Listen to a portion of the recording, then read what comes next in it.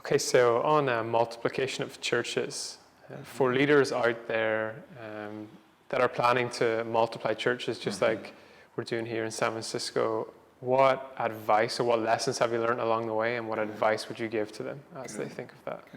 Yeah, I would say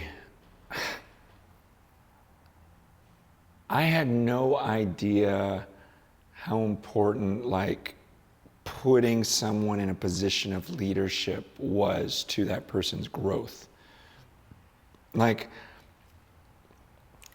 I always relate it to parenting. It's like I had to figure out how to be a dad once we brought my daughter home from the hospital. And before then, I learned a few things at parenting seminars. It just kept in the back of my head, thinking, okay, one day if I'm a dad. But when you're in charge, it's so different. And when you release people, and it's just like when the kids leave home and suddenly it's like, hey, where's all my money? It's like, you spent it. It was just, I remember one time my daughter was like, I think something's wrong because there's no money in the bank. And we're looking and well, you spent 20 here, 10 here, 20 here. That's the way it works, but until you're responsible, you don't know that. And so in the church, I really think the growth takes place when people take ownership and go, these are my children. That's why it's different what we do than having a small group. Because in a small group, it's like, okay, we're going to watch these people and try to teach them. But ultimately, the senior pastor is their pastor. It's like, no, you're their pastor. And it's like, so I got to figure out, yes, you've got to figure this out. And I'll coach you along, but they're your responsibility. Huge, huge, huge. Maybe the biggest lesson I've learned these last few years is how much people step up when they've been given that responsibility. And so also, the converse of that or inverse of that or whatever you say, when there's not responsibility, just how people cruise and when there's no expectation. So if you're just like, okay, we're going to be this group forever, you're just kind of relaxed. But when it's like, okay, we're going to multiply, and wow, there's only 5 of us in the house now. Hey, we got to get out to the neighborhood. There's just something. It's almost like school. If you never have to take the test, are you really going to study that hard? I mean, for some of us, we just need built in to our schedule, some sort of dividing time. And so for us, we've said let's shoot for a year that, you disciple someone, lead it, but it's going to vary. Some people think, wow, that is way too long. Others think it's way too quick.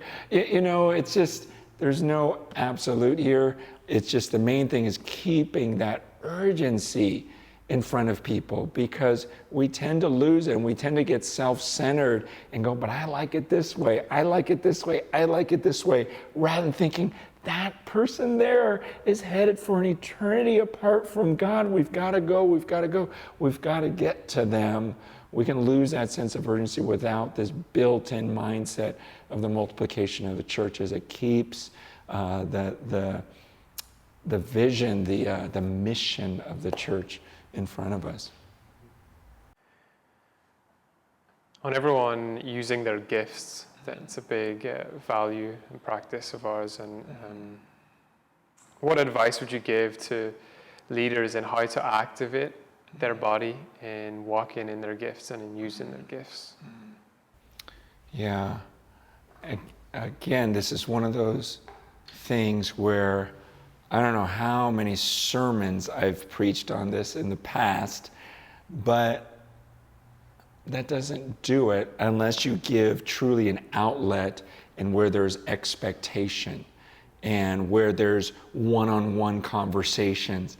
Our pastors will look at someone and say, hey, you've been coming for a couple months now, and we believe we need you. There's something in you, according to the Bible, according to 1 Corinthians 12, God's given you an amazing gift somehow, and we are incomplete every bit as much as my arm is needed for my body to operate. Like, I believe that about you. To say that, to look an individual in the eyes and say that to them specifically about this group. Like, I think she needs you. I think he needs you. I think, rather than a sermon to, 1,000 people, it's to look at one person and care about them and to explain to them, like, I don't know where I would be if God didn't move through me. Like, this is my joy in life, that I can be a blessing to other people.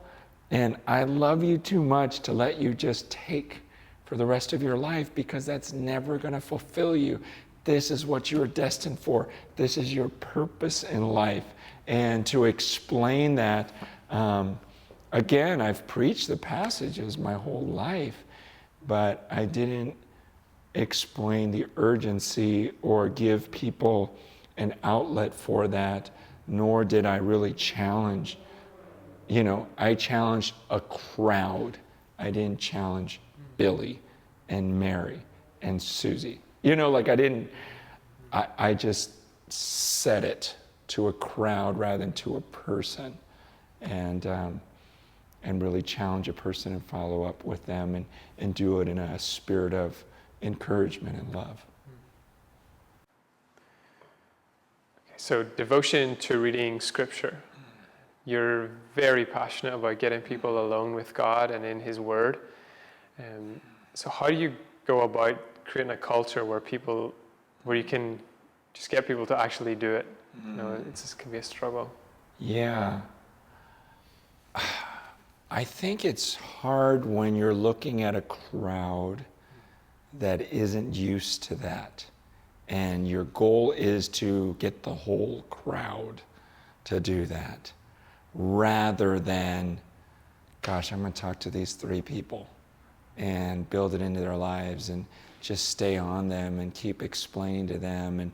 And if the Spirit of God is, this is really number 1, like step 1. Like, let's not move on to anything else if this isn't happening. Seriously. Like, if you're a part of my gathering and you don't get alone with God and speak to Him and hear from Him through His Word, like, if you don't have that time of one-on-one with Him, there's no like, okay, now let's move on to this. Like, the problem with the church, biggest problem, I think, is we haven't prioritized this. And so we have all these people that are gathering, but they don't have these times alone with God. And that's like craziness to me. Isn't that the whole point of this?